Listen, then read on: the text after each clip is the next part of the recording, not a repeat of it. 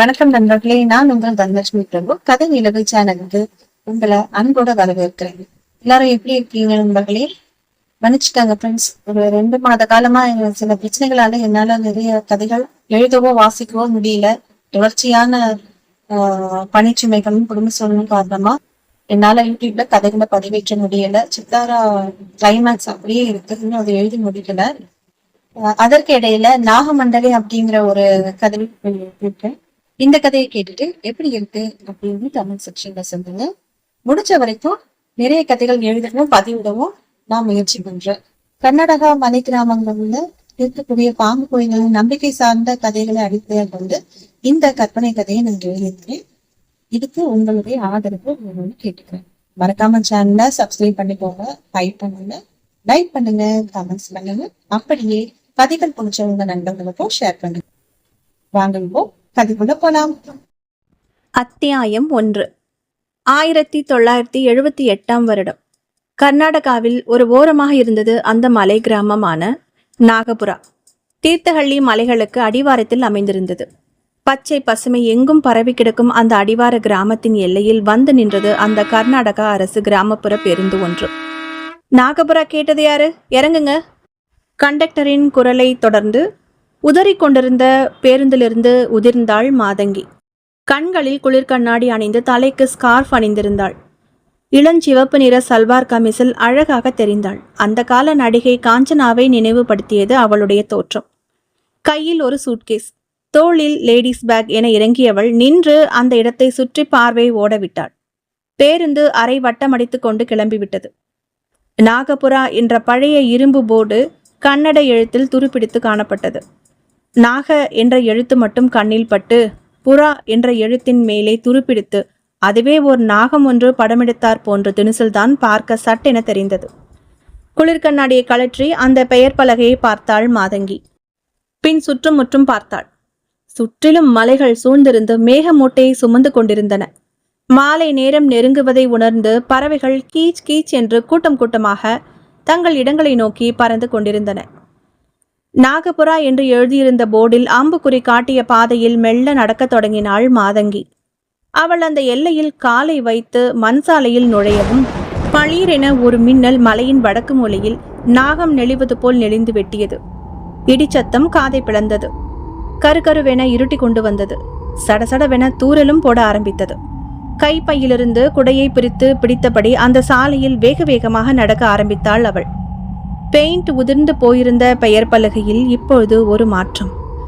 நாகபுரா என்ற கன்னட எழுத்துக்கள் திடீரென அசைய ஆரம்பித்தன, நெளிய ஆரம்பித்தன. அவையெல்லாம் ஒன்று சேர்ந்து ஒரு கருநிற நாகமாக மாறின. அந்த நாகம் நெளிந்து பெயர் பலகையின் மேல் ஏறி உட்கார்ந்து கொண்டு சற்று தூரத்தில் குடைப்பிடித்தவாறு போகும் மாதங்கியையே வெறித்தது. அதன் உடல் இப்பொழுது தங்க நிறத்தில் ஜொலித்தது. அதன் கருமணி கண்களில் சிகப்பு நிற வெளிச்சம். சற்று நேரத்தில் மறைந்து போனது அந்த சொர்ண நாகம். அத்தியாயம் 2. சாரல் மழையில் நனைந்தும் நனையாமலும் குடையுடன் நடந்து கொண்டிருந்த மாதங்கியை தூரத்தில் தென்னந்தோப்பில் நின்று ஆட்களுடன் இளநீரை இறக்கிக் கொண்டிருந்த வெங்கண்ணா பார்த்துவிட்டு, ஹட மாதங்கி என்ற ஆச்சரிய கூவலுடன் அவளை நோக்கி ஓடி வந்தான். தலையில் உருமாவாக கட்டியிருந்த துண்டை அவிழ்த்து தன் தோளில் போட்டவாறு ஈர வேஷ்டி உதற உதற ஓடி வந்த அவனை பார்த்ததும் நின்று உற்சாகத்துடன் கையசைத்தாள் மாதங்கி. ஹே மாது, என்ன அதிசயம், திடீர்னு ஊர் பக்கம் வந்திருக்கே? வெங்கண்ணாவின் குரலில் சிநேகபாவம் தொனித்தது. இதற்குள் சாரலும் நின்றிருந்தது. தன் குடையை மடக்கினாள் அவள். அம்மாவுக்கு உடம்பு சரியில்லைன்னு சித்தி தந்தி கொடுத்திருந்தாங்க, அதான் ஓடி வந்துட்டேன் என்றவளின் குரலில் ஏனோ சோகம் இழைந்திருந்தது. சரி, வரேன்னு அப்பாவுக்கு தந்தி கொடுத்துட்டு கிளம்ப வேண்டியதானே, இப்படியா தனியா அத்தனை தூரம் நடந்து வருவ? இல்ல வேங்கண்ணா, வேகமாக மறுத்து தலையசைத்தாள் அவள். நான் வர்றேன்னு சொன்னா அவர் வேண்டான்னு தான் சொல்லுவாரு. அம்மா என்னை பார்க்க வந்து ரொம்ப நாளாச்சு. சீரியஸ் இல்லைன்னா சித்தி என்னங்க வர சொல்லியிருக்க மாட்டா. நான் வர்றது அவருக்கு தெரியாது. சிறிது நேரம் எதுவும் பேசாமல் நடந்தனர் இருவரும். பின் வெங்கண்ணா கேட்டான், மாதங்கி, நீ அதை நம்புறியா? எத? மாதங்கி திருப்பி கேட்டாள். அதான் அந்த என அவன் ஏதோ சொல்ல முற்படும் போதே சரக்கென அவர்கள் இருவரையும் உரசினார் போல ஜீப் ஒன்று வந்து பிரேக்கிட்டு நின்றது. திகைப்புடன் இருவரும் நின்று விட்டனர். டிரைவர் சீட்டில் அமர்ந்திருந்தார் பசவப்பா, மாதங்கியின் தந்தை. நல்ல முறுக்கு மீசையுடன் ஆகிருதியான தோற்றத்தில் இருந்த அவரது விழிகளில் கோபச்சிவப்பு. எங்க வந்த? உன்னை யார் இங்க வர சொன்னது என்றார் எடுத்த எடுப்பிலேயே. விஷத்தை உமிழ்ந்தது போல் இருந்தது அவர் கேட்டது. கடுமையான குரலில் திடுக்கிட்டு போய் நின்றாள் மாதங்கி. அத்தியாயம் 3. நாகபுரா கிராமத்திலேயே மிகப்பெரிய வீடு மாதங்கியின் வீடுதான். வழி வழியாக பணக்கார மிராசுதார்களின் குடும்பம் அவர்களுடையது. நாகபுரா மட்டுமின்றி சுற்றிலும் இருக்கும் சந்தபுரா, ராமகிரி, ஹொசகள்ளி போன்ற அண்டை கிராமங்களில் இருக்கும் பெரும்பான்மையான நிலப்புலன்கள் இவர்களுடையதுதான். இவர்களின் முப்பாட்டன்கள் மைசூர் சமஸ்தானத்தில் முக்கிய பங்கு வசித்தவர்கள் ஆவர். குறுநில மன்னராக இருந்தவர்கள் என கூட சொல்லலாம். காலப்போக்கில் சமஸ்தானங்கள் ஒழிக்கப்பட்ட போது மன்னர் பரம்பரை மிராசுதார் குடும்பமாக பரிணமித்தது. அப்போதைய மரியாதை குன்றாமல் இன்றும் வாழ்ந்து வருகின்றது மாதங்கியின் குடும்பம். மாதங்கியின் தந்தை பசவப்பாவின் பாட்டனார் சித்தராமையா தீர்த்தஹள்ளி பகுதியையே ஆண்டு ஒரு கலக்கு கலக்கினவர். பரம்பரையாக வாழ்ந்து வரும் அந்த சிறப்புமிக்க பழைய மாளிகையின் கூடத்தில் குறுக்கும் நெடுக்குமாக கைகளை பின்னுக்கு கட்டிக்கொண்டு உலாவிக் கொண்டிருந்தார் மாதங்கியின் தந்தை பசவப்பா. அவர் முகத்தில் கோபம், குழப்பம், சிந்தனை, பதட்டம் என பலவித சாயல்கள். மிக பெரிய கூடத்தின் நடுவில் தேக்கு மர தூண்கள் இருந்தன. அவற்றின் பின்னே நின்றிருந்தாள் மாதங்கி. அவளுடைய கை விரல்கள் தூணில் செதுக்கப்பட்டிருந்த வடிவங்களை ஆராய்ந்து கொண்டிருந்தன. அவளுக்கு சற்று தள்ளி இருந்த ஒரு அறையின் கதவருகே நின்றிருந்தாள் சித்தி நல்லம்மாள். வெளிரிய நூல் புடவை, வெறும் நெற்றி என காலத்தின் கோலம் அவளுடைய நிலையை சொல்லாமல் சொல்லியது. மிஞ்சி போனால் 40 வயதுக்குள் தான் இருப்பாள். பசவப்பாவின் தம்பியின் மனைவி. கணவன் பெத்துராஜ் இறந்ததும் அவன் நினைவிலேயே தன் வாழ்வை வகுத்து கொண்டு விட்டவள். வயதான தாயை தவிர அவளுக்கும் வேறு யாரும் தான் இல்லாமல் இருந்தது. அந்த முதிய தாயையும் பசவப்பா தன் வீட்டினுள்ளேயே தங்க வைத்து கொண்டிருந்தார். நல்லம்மாளின் தாயும் 2 வருடங்களுக்கு முன்புதான் தவறியிருந்தார். மாதங்கியின் அம்மா ஐலம்மாள் தன்னுடைய இளம் விதவை ஓரகத்தியிடம் மிகுந்த வாஞ்சையுடன் இருந்தாள். எல்லாவற்றையும் விட மாதங்கி சித்தி நல்லம்மாளிடம் மிகவும் ஒட்டி கொண்டாள். பின்னம்மா பின்னம்மா என அவள் பின்னாலேயேதான் சுற்றுவாள். நல்லம்மாவுக்கு குழந்தைகள் இல்லை. அவளுக்கு திருமணமாகி 3 மாதங்களிலேயே அகாலமாக நிகழ்ந்தது கணவன் பெத்துராஜின் மரணம். கோபத்துடன் அங்கும் இங்கும் உலாத்தும் மாதங்கியின் தந்தையையும் தூணோடு தூணாக நின்று கொண்டபடி அவரது கோபத்தை சிறிதும் சட்டை பண்ணாமல் நின்று கொண்டிருந்த மாதங்கியையும் கவலையுடன் பார்த்து கொண்டிருந்தாள் அவள். மாடியிலிருந்த அறையிலிருந்து மாதங்கியின் அம்மா ஐலம்மாளின் இருமல் சத்தம் மெலிதாக கேட்டதும் உலாத்தி கொண்டிருந்த பசவப்பா சட்டென நடையை நிறுத்தி கொண்டு மாடியை நோக்கி விரைந்தார். அதற்கு முன்பு நின்று திரும்பி மாதங்கியையும் நல்லம்மாளையும் பார்த்தார். நல்லம்மா, நீ இவளுக்கு ரொம்ப செல்லம் கொடுத்து வளர்த்துட்ட. அவளுக்கு கொஞ்சம் புரியவை என சொல்லிவிட்டு படிகளில் ஏற துவங்கினார். பெருமூச்சு விட்டபடி மாதங்கியின் அருகில் வந்த நல்லம்மாள் அவளின் தலையை வாஞ்சையாய் வருடினாள். முகத்தை திருப்பினாள். முகம் திரும்பிய மாதங்கியின் விழிகளில் கண்ணீர். அத்தியாயம் 4. மாதங்கியின் கண்ணீரை கண்டதும் பதறிப்போய் விட்டாள் சித்தி நல்லம்மாள். என்ன மாதுமா அழற? அப்பா ஏதோ கோபத்துல ஏன் வந்தன்னு கேட்டுட்டாரு, அதுக்காக அழலாமா? கண்ணை தொடச்சுக்கடா என்றபடி தன் சேலை தலைப்பால் அவள் கண்ணீரை துடைத்து விட்டாள் சித்தி. அவளுடைய தோளில் தலை சாய்த்து விம்மினாள் மகள். நல்லம்மாள் நல்ல உயரம், வெளுத்த தோற்றம், ஒற்றை நாடி சரீரம். மாதங்கியும் கிட்டத்தட்ட அவள் உயரம்தான். சற்று பூசின உடல்வாகு உடையவள். அப்பா திட்டுறதுக்கெல்லாம் கண் கலங்கலாமா? கண்ணீர் விழிகளுடன் நிமிர்ந்து அவளை ஏறிட்டாள் சின்னவள். பின்னம்மா, நீயே சொல்லு, இப்போ எனக்கு எத்தனை வயசு? இன்னும் 2 மாசத்துல உனக்கு 18 முடிஞ்சு 19 போதுமா? இத்தனை வருஷத்துல நான் இந்த வீட்டுல, இந்த ஊர்ல எத்தனை வருஷம் இருந்திருப்பேன்? அது நல்லம்மாள் இழுத்தாள். 8 வயசு வரைக்கும் தான் நான் இந்த வீட்டுல வாழ்ந்த ஞாபகம். அதுக்கப்புறம் என்ன ஹாஸ்டல்ல கொண்டு போய் விட்டுட்டாங்க. எல்லோரும் விடுமுறைக்கு ஊருக்கு போகும்போதெல்லாம் நான் மட்டும் அனாதையா விடுதையில உலாத்திட்டு இருப்பேன். அப்பாவும் அம்மாவும் வந்து 2 நாள் எங்கேயாவது டூர் கூட்டிட்டு போவாங்க. அப்புறம் திரும்பவும் கொண்டு வந்து ஹாஸ்டல்லையே விட்டுட்டு போயிடுவாங்க. நீங்களும் அப்பப்போ வந்து என்னை பார்த்துட்டு போவீங்களே தவிர நான் எவ்வளவு கெஞ்சினாலும் ஊருக்கு அழைச்சிட்டு போக மாட்டீங்க. திருவிழா பூசைன்னு எதுக்கும் என்ன ஊருக்கு வர அப்பா அனுமதிச்சதே இல்லை. எவ்வளவோ என் மேல பாசமா இருக்கிற என் அப்பா இந்த ஒரு விஷயத்துல மட்டும் ஏன் இவ்வளோ பிடிவாதமா இருக்காருன்னு தெரியல. அது மாதங்கி என ஏதோ சொல்ல முற்பட்ட நல்லம்மாளை கையமர்த்தினாள் மாதங்கி. போதும் பின்னி, நீ என்ன சொல்ல போறேன்னு தெரியும். கோயில், சாபம், பாம்புன்னு வழக்கம் போல என்கிட்ட அப்பா சொல்ற கதையே தானே நீங்களும் சொல்ல போறீங்க. இந்த தடவை நீங்க என்ன சொன்னாலும் நான் கேட்க போறதில்ல. ஒரு முடிவோட தான் நான் இருக்கேன். அதனால தான் அம்மாவுக்கு உடம்பு முடியலன்றத சாக்கா வச்சு இப்போ நானே ஊருக்கு வந்திருக்கேன். ஒரு முடிவுடன் பேசிய மாதங்கியை கலவரத்துடன் பார்த்தாள் சித்தி நல்லம்மாள். அத்தியாயம் 5. ஊர் குளக்கரையை ஒட்டியவாறு வெங்கண்ணாவின் தென்னந்தோப்பும் வயக்காடும் உள்ளது. மாதங்கியின் இள வயது வகுப்பு தோழன், அத்துடன் அவளுக்கு ஒரு வகை தூரத்து சொந்தமும் கூட. அந்த கிராமத்தில் பள்ளி படிப்பை தாண்டி கல்லூரிக்கு சென்றவர்களில் விரல் விட்டு எண்ணக்கூடியவர்கள் வெகு சிலரே. அதில் வெங்கண்ணாவும் ஒருவன். தந்தையுடன் சேர்ந்து இருக்கின்ற நிலப்புலன்களையும் தோப்பையும் கணக்காக பார்த்து கொள்கிறார். தந்தை மறைந்து 1 வருடம் ஆகின்றது. வீட்டில் தாயும் பாட்டியும் இருக்கின்றனர். 8 வயதுக்கு பிறகு ஹாஸ்டலில் விடப்பட்ட மாதங்கியை அவ்வப்போது சென்று பார்த்துவிட்டு வருவான் வெங்கண்ணா. நல்ல நட்பு இருவருக்கும் இடையே இருந்து வந்தது.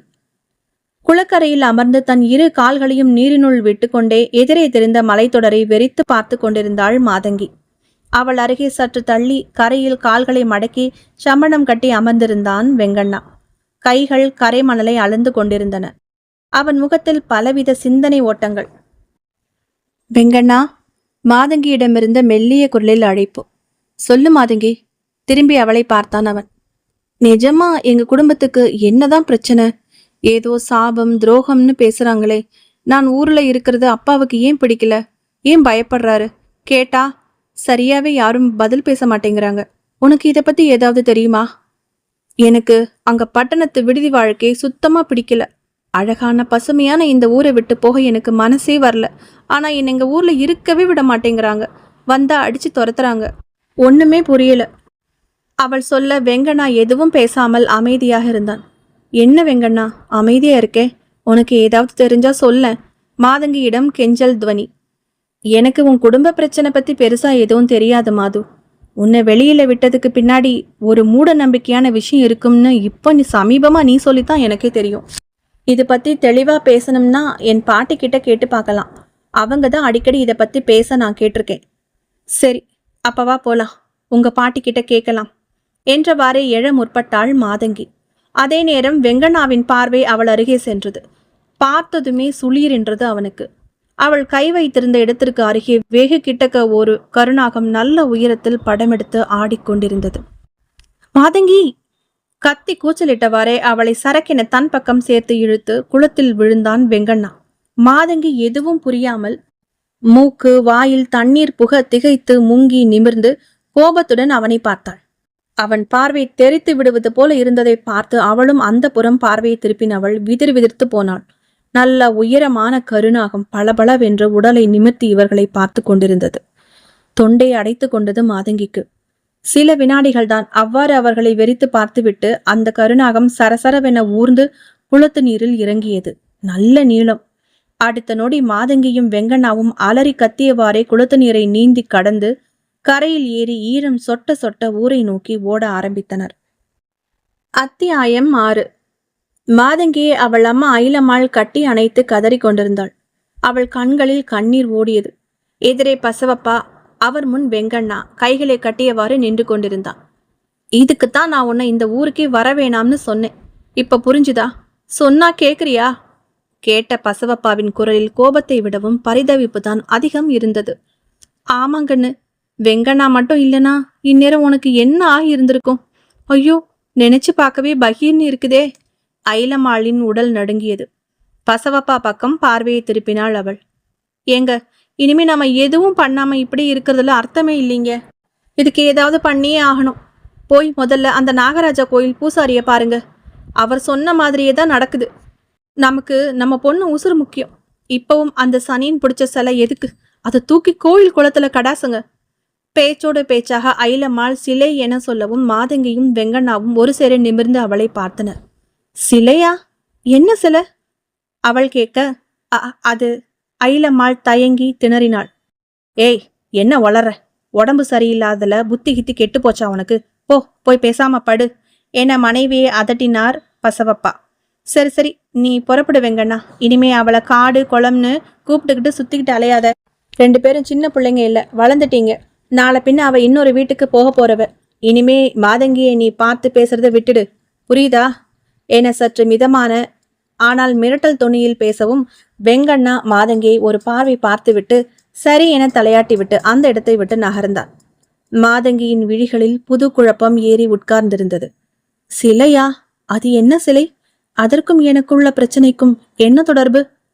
இதே மனநிலையுடன் தான் அந்த வீட்டை விட்டு வெளியில் வந்தான் வெங்கண்ணா. சிலைக்கும் மாதங்கியின் பிரச்சனைக்கும் என்ன சம்பந்தம்? அப்படி என்ன சிலை அது? யோசித்த அவன் மனதில் தங்களை துரத்தி வந்த அந்த அசாதாரணமான கருநாகத்தின் தோற்றம் பிரம்மாண்டமாக எழுந்தது. நெஞ்சுக்குள் ஓர் ஜில்லிப்பு தோன்றியது. அத்தியாயம் 7.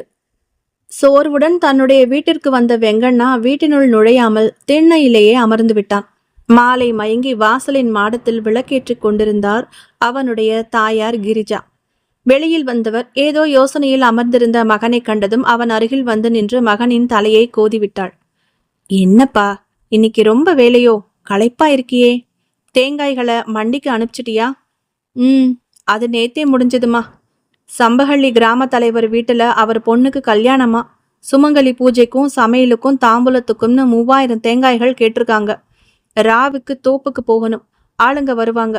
4 மின் விளக்கு மாட்ட சொல்லி இருக்கேன். ராப்பகலா வேலையை முடிச்சாதான் மட்டை உரிச்சு நாளன்னைக்கு தேங்காய்கள் தயாரா இருக்கும். அவன் சொல்லி முடிக்கவும் அவன் தாய் சொன்னார். இப்போ கொஞ்ச நேரத்துக்கு முந்திதான் நாகராஜா கோவில் பூசாரி வந்தாரு. வர்ற மாசம் திருவிழா வருதில்ல, நிறைய அன்னதானம் நடக்கும், தேங்காய்கள் தேவைப்படும்னு சொல்லிட்டு போனாரு. அப்படியே சம்பங்கியும் செவ்வரளியும் வேணுமா. அவர் சொல்ல வெங்கண்ணா நிமிர்ந்தான். அவன் முகத்தில் வியப்பின் அறிகுறி. மாதங்கியோட குடும்பம் தானே வழக்கமா கோவில் விழாக்களுக்கு பண்றது. நம்ம கிட்ட கேட்டிருக்காங்க. அவங்க கிட்ட இல்லாத தோப்பா, காய்களா, பழமா, பூக்களா? அம்மா அழுத்து கொண்டாள். அதுதான் அந்த குடும்பத்துக்கு நாகதெய்வத்தோட சாபம் இருக்கும்னு 10 வருஷத்துக்கு முந்தையே தெரிய வந்துருச்சுல்ல. 18 வருடங்களுக்கு ஒரு முறை நாகமண்டல பூஜை பெருசா பிரம்மாண்டமா நடக்கும்ல. 3 தலைமுறைகளுக்கு முன்னாடி ராஜ குடும்பமா இருந்தப்போ என்னமோ தப்பு நடந்ததாவும் அதுல கோபமடைஞ்ச நாகராஜா கிட்ட இருந்து அவங்க முப்பாட்டனார் எப்படியோ சமாளிச்சு நாகராஜாவை கோபம் தணிச்சதாவும் கதை உண்டு. ஆனாலும் அவங்க குடும்பத்துல ஒவ்வொரு வாரிசுகளும் நாகம் தீண்டித்தான் இறந்து போனாங்க. மாதங்கியோட சித்தப்பா பெத்துராஜும் தோட்டத்துல சர்ப்பம் தீண்டித்தான் செத்து போனாரு. இன்னொரு விஷயம், பரம்பரையா அவங்க குடும்பத்துல ஆண் வாரிசுகள் தான், பெண் வாரிசுகளே இல்ல. மாதங்கி ஒருத்தி தான் இப்போ பெண் வாரிசு, அதுவும் ஒரே வாரிசு. அவ ஜாதகத்திலேயும் அவளுக்கு சர்ப்ப தோஷம் இருக்கான். சின்ன வயசுலயே நிறைய பூஜைகள் பண்ணாங்க. ஆனாலும் சர்ப்பங்கள் அவளை விடாம துரத்திக்கிட்டே இருந்திருக்கு. அதனால தான் பயந்து போய் அவ அப்பா வெளியூர்ல விடுதியில தங்க விட்டுட்டாரு. மாதங்கியையும் ஊருக்கே வர வேண்டாம்னு சொல்லிட்டாங்க. பாவம் அந்த பொண்ணு. அம்மா பெருமூச்சு விட்டாள். மாதங்கியின் வாழ்க்கையில் இவ்வளவு சிக்கல் இருக்கின்றதா? வெங்கண்ணாவுக்குள் என்ன அலைகள்.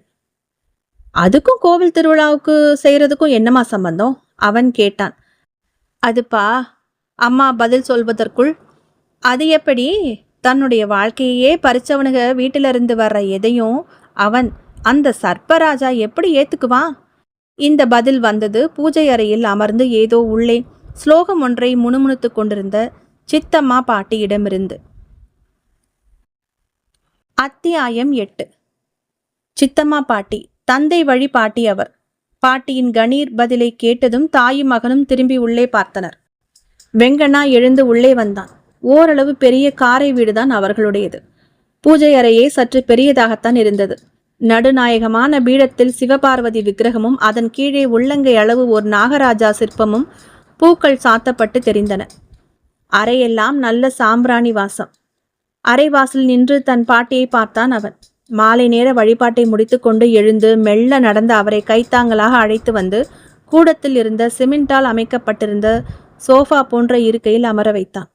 அதன் மேலே பஞ்சு திண்டும் துணி விரிப்பும் இருந்தன.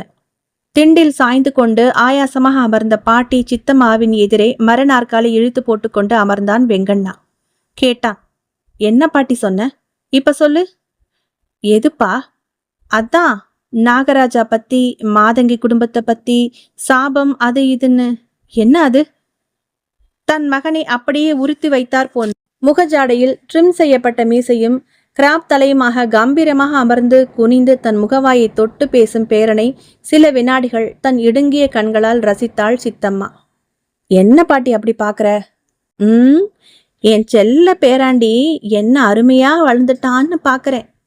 பேரனை ரசிக்கிறது அப்புறம் முதல்ல என் கேள்விக்கு பதில் சொல்லுங்க. என்னப்பு கேட்ட?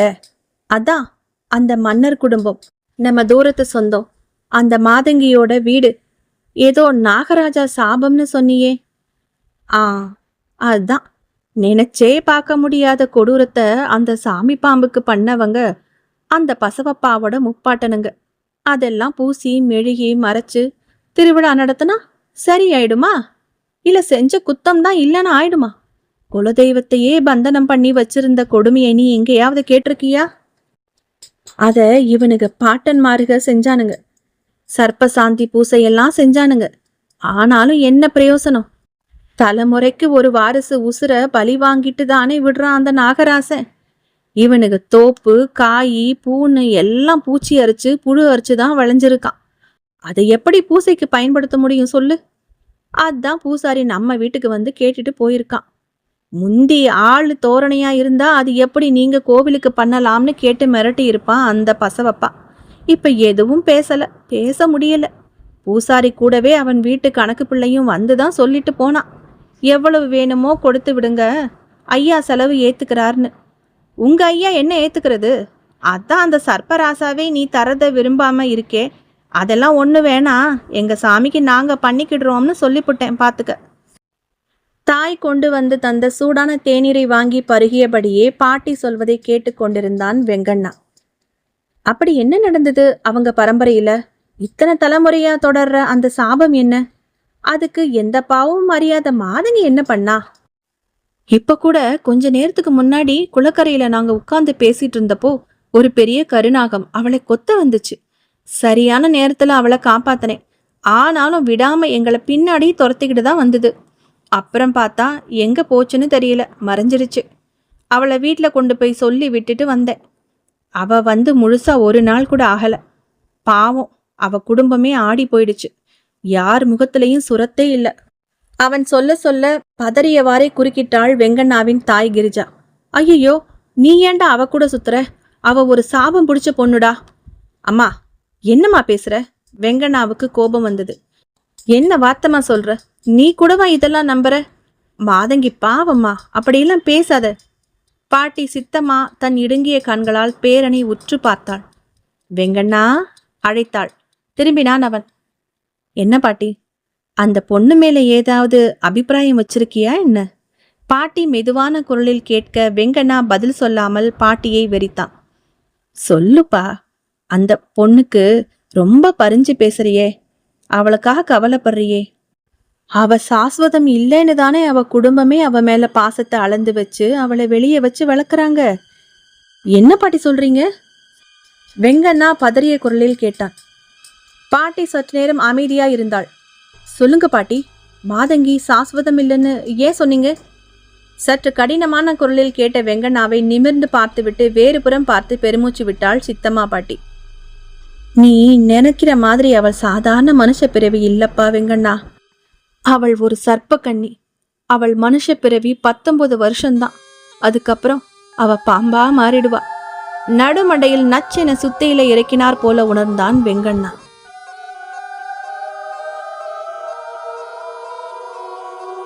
நண்பர்களே, இதனுடைய அடுத்த எபிசோட் மிக விரைவில் வெளிவரும். அதுவரை கதை நிலவுடன் இணைந்திருங்கள். நன்றி, வணக்கம்.